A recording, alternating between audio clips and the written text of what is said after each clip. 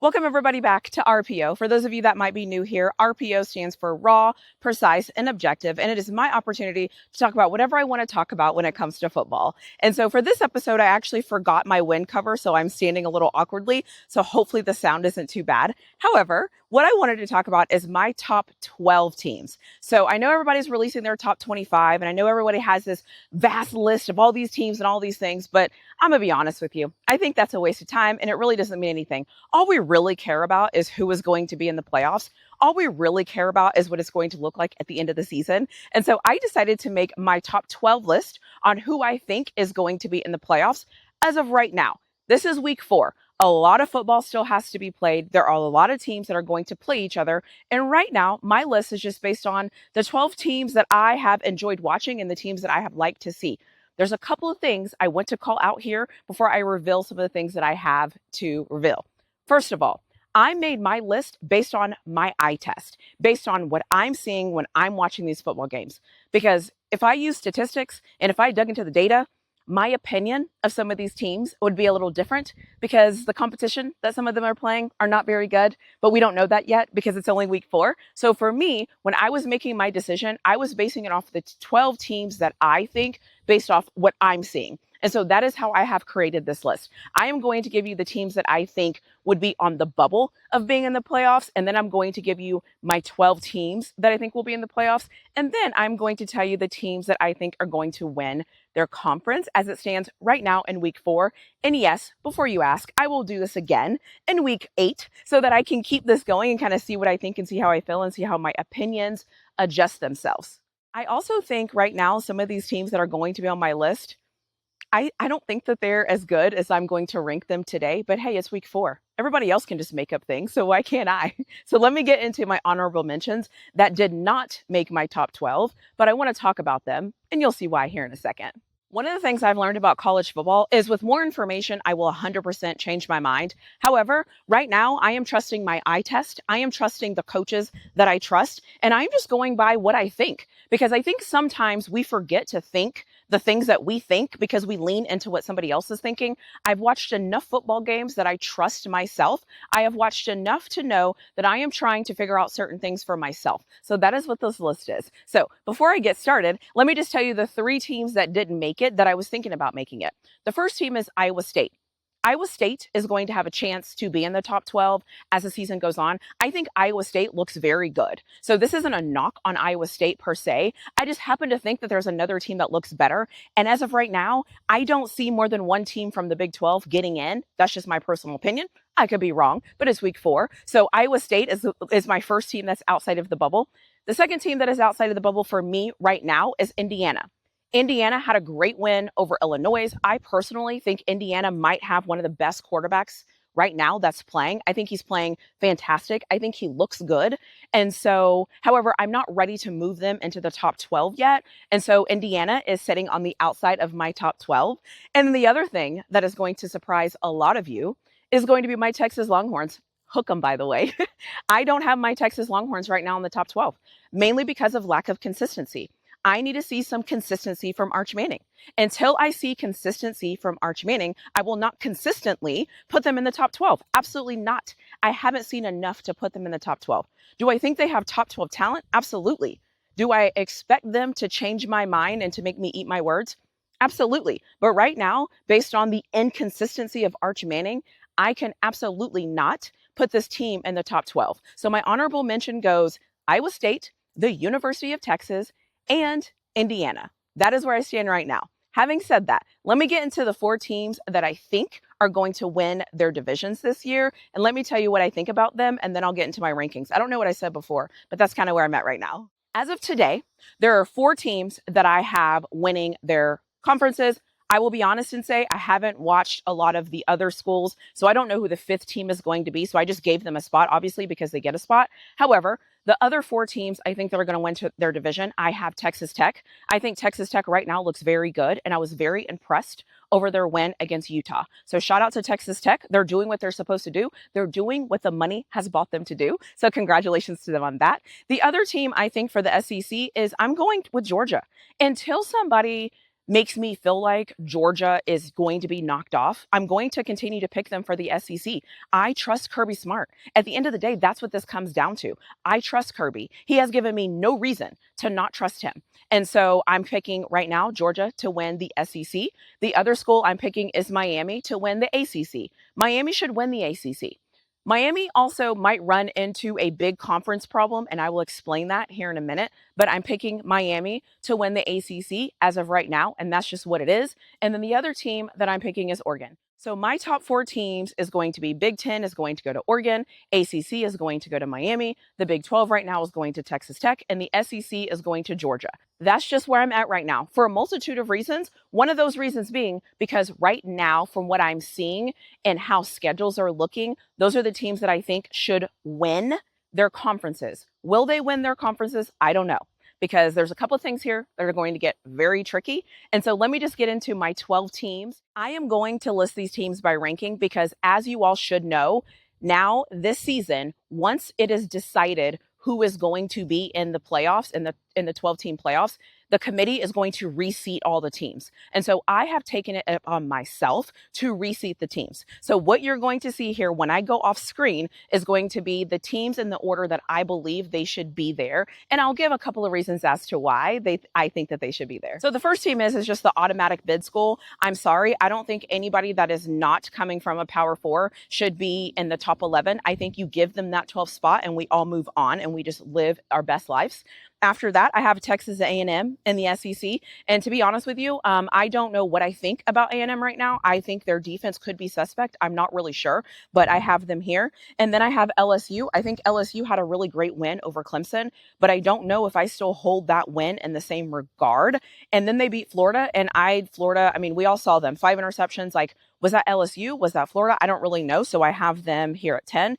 And then I have Florida State. Florida State beat Alabama. And honestly, I think Florida State looks really good right now. I think Florida State looks good. And the great news about some of these is some of these schools are going to play each other. And so I think that is fantastic. So right now I have Florida at 9. Right now I have Oklahoma at 8 in the SEC. Again, I think Oklahoma could be another LSU. I don't really know what I think about them yet.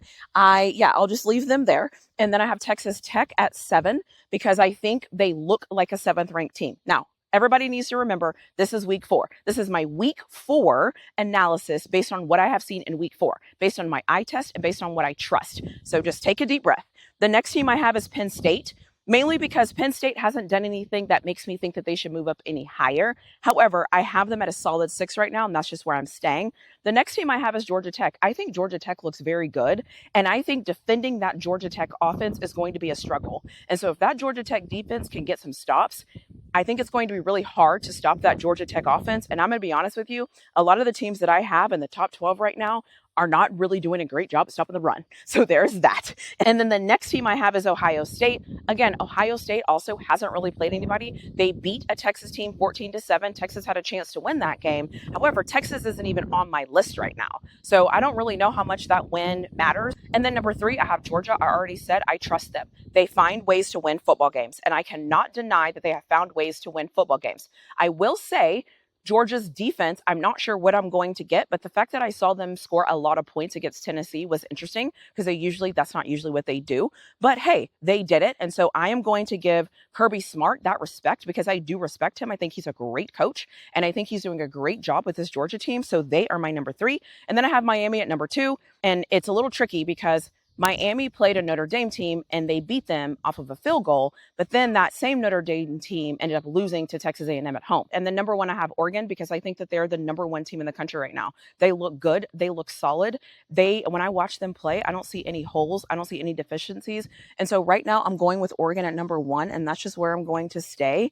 And I have no reason to not have Oregon at number 1. I have no reason to think that they are going to fall off. And so they are going to stay at number 1 until somebody beats them. And guess what?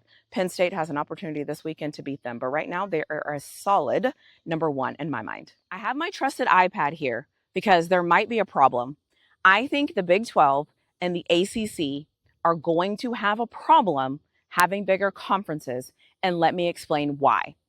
So this is what I have written down. So I think Georgia Tech and Miami and maybe Florida State, might be the best teams in the ACC this year. If that is the case, The problem is that Georgia Tech doesn't play Florida State or Miami. And so my issue is, if all of these teams finish 11-1, but they're not playing each other, how do you decide? So here's the issue. So Georgia Tech doesn't play Florida State or Miami, but those two teams play each other. Miami won over Notre Dame, and that looks good. But then Notre Dame can't lose again unless that win is going to lose some merit. So there's kind of an issue here. The other thing is, because Syracuse has now beat Clemson, they will play Georgia Tech, Miami, and Notre Dame, being Syracuse. Syracuse will play Georgia Tech, Miami, and Notre Dame, okay? However, they will not play Florida State. And so if you look and see what I'm talking about here, the problem is some of these schools aren't going to play each other. And so it's going to be a hodgepodge of things. And so because of that, because these conferences are so large, these teams aren't playing each other. And because they're not playing each other, what happens is when you lose, the loss is more impactful than it should be. And so for Miami, for Georgia Tech, and for Florida State, they all need to be 11-1 heading into the ACC championship game. Because if anybody loses more than one game and your conference isn't very good and you're not playing like opponents, someone's going to have an issue. And I don't know who's going to come out of that, but there's going to be an issue. And so these ACC teams need to continue to win, and they need to continue to beat each other. This isn't just an ACC problem. I think it is a Big 12 problem as well. And so I think these schools might get into some trouble because we all know there is SEC bias, there is Big 10 bias. Those schools are always going to get the benefit of the doubt. It doesn't matter. No matter what you say, no matter how you try to spin it, those schools are going to get the benefit of the doubt. So because those schools are going to get the benefit of the doubt, Miami, Florida State, Georgia Tech can't afford to lose but one game this season. I think any of those teams that lose two games, I think that they are in trouble. And as of right now, in the weirdest of ways, the biggest win in that conference right now is Florida State beating Alabama. If Alabama continues to win, because they're in the SEC. And if you're going to give a team biases, it would be that. And so that Florida State win over Bama could actually help Florida State if Florida State is able to beat Miami. The issue, though, becomes is if Miami beats Florida State and then somebody else down the road beats Miami. How are you going to rank that one loss? I don't know what the answer is. I'm just here to give you the information because I don't think that in this point of the season, we pay enough attention to all of these different nuances and how they're going to come into play. And I think it could actually hurt some of these teams. And so I'm just calling it out. So there's my top 12. That is what I'm thinking about. My hair is blowing every freaking where. I hope that you can hear me. I hope this records okay. I will try to edit and fix the sound if I need to. But let me know what you think in the comment section below. Let me know what you think about my top 12.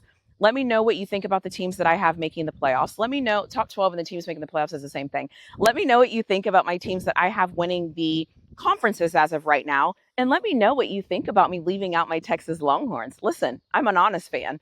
I don't placate my team. I don't act like my team is the best because it's my team. I am honest, and I am honestly assessing them. And I need to see some consistency. And as soon as I see the consistency, you all know I have no problem bumping them up to be one of the top 12 teams. But not right now.